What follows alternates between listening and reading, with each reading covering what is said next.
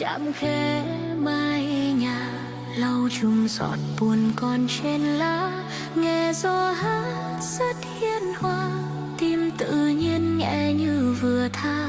Thôi không tính hơn thua nữa, đời nhanh chậm cũng chỉ là mưa. Con xin trở về trong hơi thở, thả trôi buồn phiền về nguồn xưa. Ai hay sớm mai thế nào, còn kịp gặp nhau hay lạc nhau, nên thương nhau lúc hôm